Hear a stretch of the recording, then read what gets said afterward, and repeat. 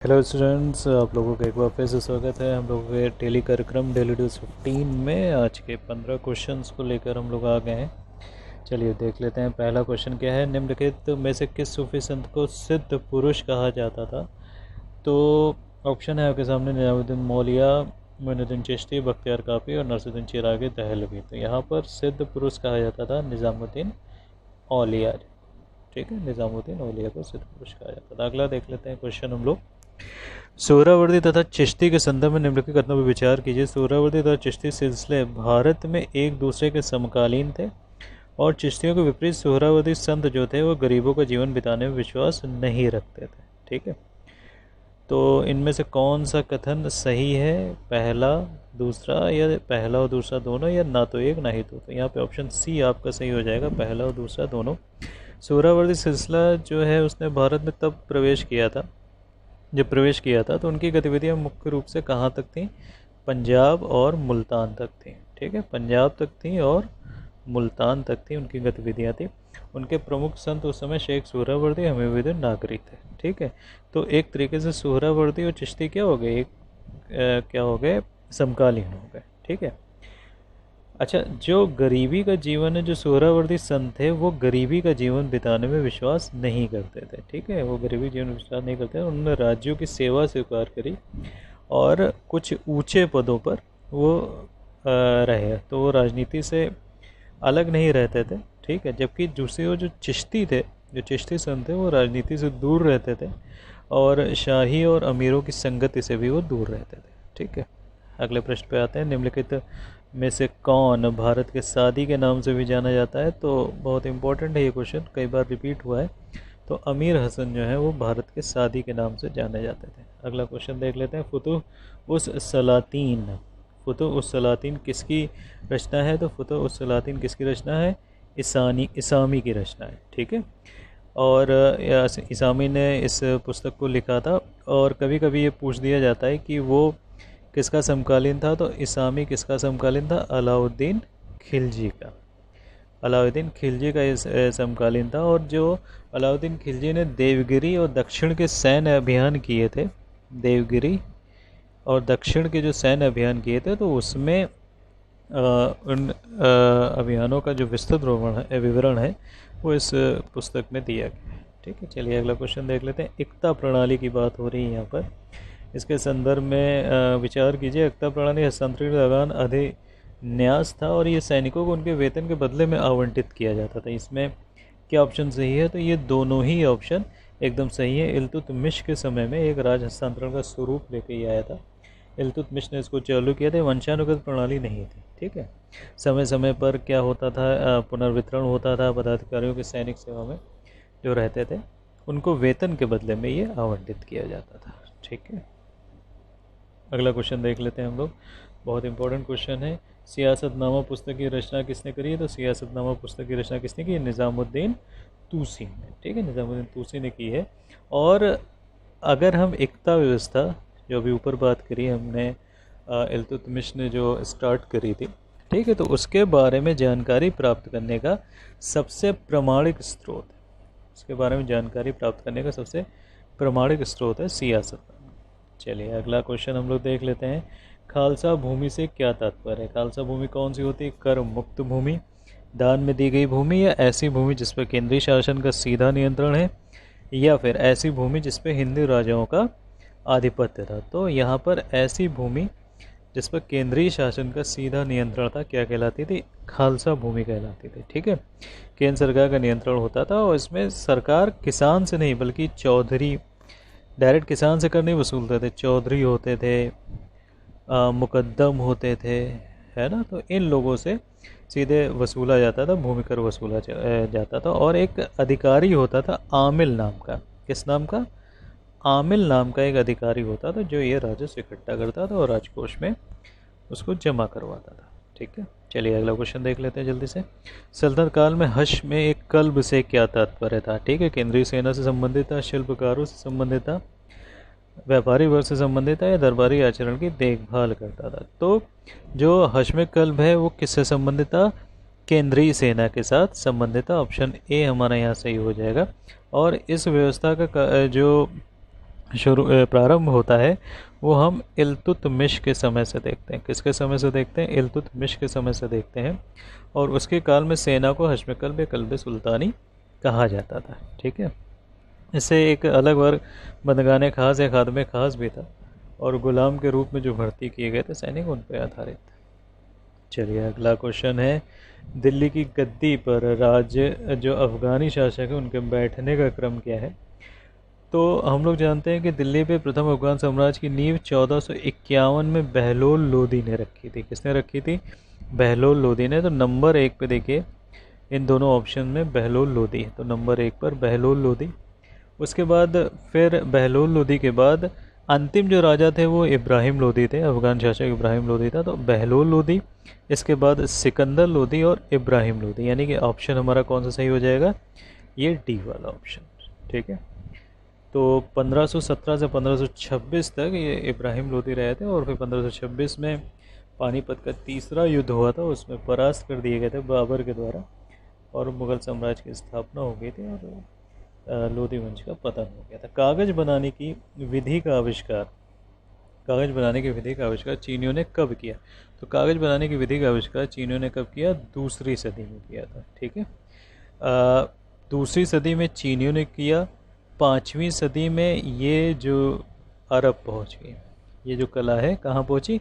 अरब पहुंची। और 14वीं सदी में जाकर ये यूरोप में चलन में आया कागज़ बनाना। ठीक है, तो आंसर यहाँ पे कौन सा हो जाएगा? बी पार्ट, दूसरी सदी। अगला प्रश्न है, सल्तनत काल में के संदर्भ में निम्नलिखित कथनों पर विचार करना है। इस काल में चरखे के चलन से कपड़े के उत्पादन में सुधार आया। भारत पश्चिम एशिया से कांच के बर्तनों तथा घोड़ों का आयात करता था। ठीक है, तो सल्तनत काल में क्या हुआ? चरखे का चलन शुरू हो चुका था। ठीक है, और उसमें क्या होता था? एक सिस्टम होता था धुनकी। क्या होता था? धुनकी था। उसकी सहायता से कपास को तेज़ी से साफ़ किया जाता था, है ना।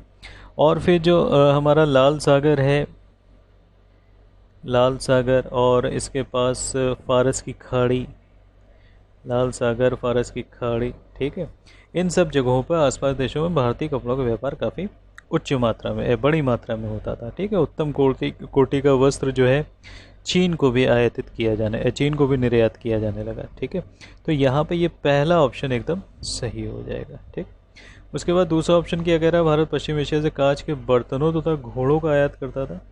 तो ये एकदम सही है कि भारत चीन से, तो चीन पश्चिम एशिया में पड़ गया, कच्चा रेशम, चीनी के मिट्टी के बर्तन, घोड़े आदि का जो है क्या करता था? आयात करवाता था वहाँ से। तो ये ऑप्शन 2 भी एकदम सही है। तो इस तरीके से ऑप्शन 1 और 2 दोनों सही, सी ऑप्शन हमारा सही हो जाएगा। अगला क्वेश्चन है, सल्तनत काल के संदर्भ में फिर से विचार करना है हमको, तो कर लेंगे। सल्तनत कालीन शासकों ने रकाबों का प्रयोग घुड़सवार तथा घोड़ों दोनों के लिए आरंभ किया, जिससे धातु शिल्प को बढ़ावा मिला। इसके बाद दूसरा ऑप्शन है, इस काल में रहट में सुधार हुआ। अब सिंचाई के लिए ज़्यादा गहराई से पानी निकाला जाने लगा। ठीक है, ये ज़्यादा है, जा है यहाँ पर। कागज़ तथा शीशे के निर्माण में सुधार इस काल की प्रमुख विशेषता थी। ठीक है, तो हमको बताने कौन से सही थे।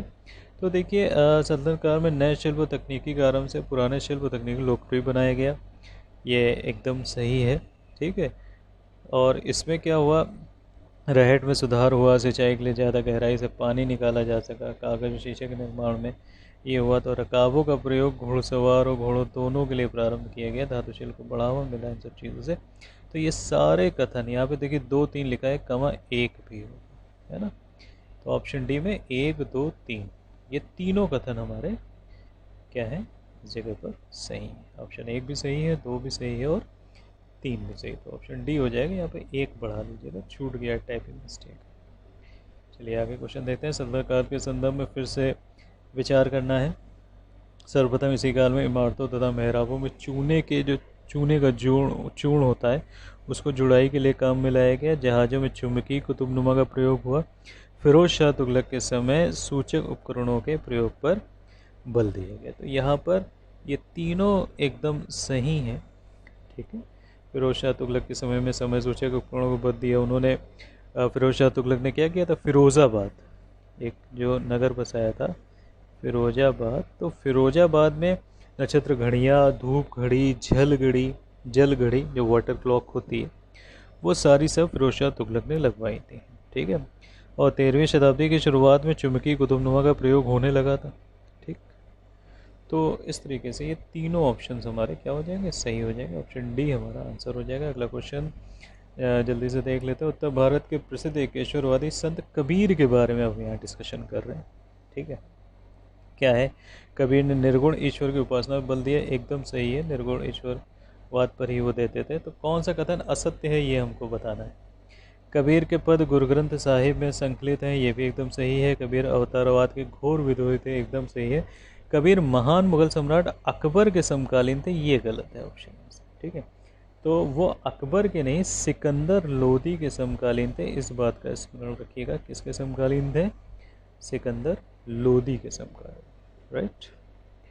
चलिए आगे क्वेश्चन देख लेते हैं हम लोग। सिख धर्म से संबंधित क्वेश्चन है हमारे सामने। सिख धर्म के जो प्रवर्तक गुरु नानक देव हैं, है ना, उनके संदर्भ में हमको कथन दिए गए। गुरु नानक ने सिखों के आदि ग्रंथ गुरु ग्रंथ साहिब की रचना करी। गुरु नानक मुगल सम्राट बाबर के समकालीन थे और इन्होंने पंजाबी भाषा हेतु गुरुमुखी लिपि का आविष्कार। ठीक है। तो ये हमारे सामने ऑप्शन। तो यहाँ पे देख लीजिए, सिख धर्म के जो गुरु थे गुरु नानक, उन्होंने 1469 में उनका जन्म हुआ था। यहाँ से थोड़ी डिटेल भी देख लेते हैं, कब जन्म हुआ था। 1469 में जन्म हुआ था। कहाँ हुआ था, तलवंडी पाकिस्तान में हुआ था, जो रावी नदी के किनारे, रावी नदी के किनारे तलवंडी पाकिस्तान में गुरु नानक जी का जन्म हुआ। और मृत्यु कहाँ हुई, करतारपुर साहिब में हुई। तो अभी कॉरिडोर करतारपुर वाला काफ़ी फेमस था, आप लोगों ने सुना होगा। ठीक है। तो जो गुरु ग्रंथ साहिब है ना, जो गुरु ग्रंथ साहिब है, उसका संकलन सबसे पहले किसने किया था, गुरु अर्जुन देव ने। किसने किया था, गुरु अर्जुन देव ने। ठीक है। तो इस तरीके से ये जो पहला कथन है ये हमारा गलत हो जाएगा। गुरु नानक में आदि ग्रंथ गुरु ग्रंथ साहिब की रचना नहीं करी, किसने करी, गुरु अर्जुन देव ने करी। राइट। अगला देख लेते हैं। गुरु नानक मुगल सम्राट बाबर के थे समकालीन। तो गुरु नानक का जो जीवन काल था वो 1469 से 1539 के बीच में था, जब अकबर का जन्म भी नहीं हुआ था। यानी कि ये मुगल सम्राट बाबर के हाँ, अकबर का जन्म नहीं हुआ था, लेकिन उस समय बाबर था। ठीक है। ऑप्शन मैंने दे देखा, यहाँ पे बाबर लिखा है, तो बाबर के समकालीन थे, ये एकदम सही है। ठीक है। सिकंदर लोदी के भी समकालीन ये कहे जाते हैं, बाबर के समकालीन, सिकंदर लोदी के समकालीन, दोनों। ठीक। तो ऑप्शन 2 हमारा एकदम सही है। फिर तीसरा ऑप्शन क्या है, इन्होंने पंजाबी भाषा है तो गुरुमुखी का आविष्कार किया। तो ये गुरुमुखी लिपि के आविष्कारक गुरु नानक न होकर गुरु अंगद देव हैं। कौन है, गुरु अंगद देव हैं। ठीक है। तो ये ऑप्शन भी हमारा गलत हो जाएगा। इसलिए पहला और तीसरा ऑप्शन गलत है, जबकि दूसरा सही है। तो इसमें क्वेश्चन में पूछा गया कौन कौन से असत्य हैं, तो पहला और तीसरा ये असत्य है। अगला क्वेश्चन।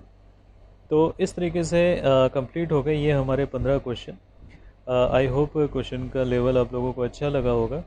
परीक्षाएं की तिथि निर्धारित हो चुकी है। बीओ परीक्षा 16 अगस्त को आ रही है। डेली डोज के 15 क्वेश्चन रोज़ के रोज़ तैयार करते जाइए, ये आपको बहुत ही हेल्पफुल रहेंगे आगामी परीक्षाओं के लिए। 13 जून से हम लोगों का ऑनलाइन बैच स्टार्ट हो रहा है। किसी को अगर उसमें ज्वाइन करना है तो 9598893358 पर कांटेक्ट कर सकते हैं, व्हाट्सएप कर सकते हैं। बहुत बहुत धन्यवाद। शुभ रात्रि।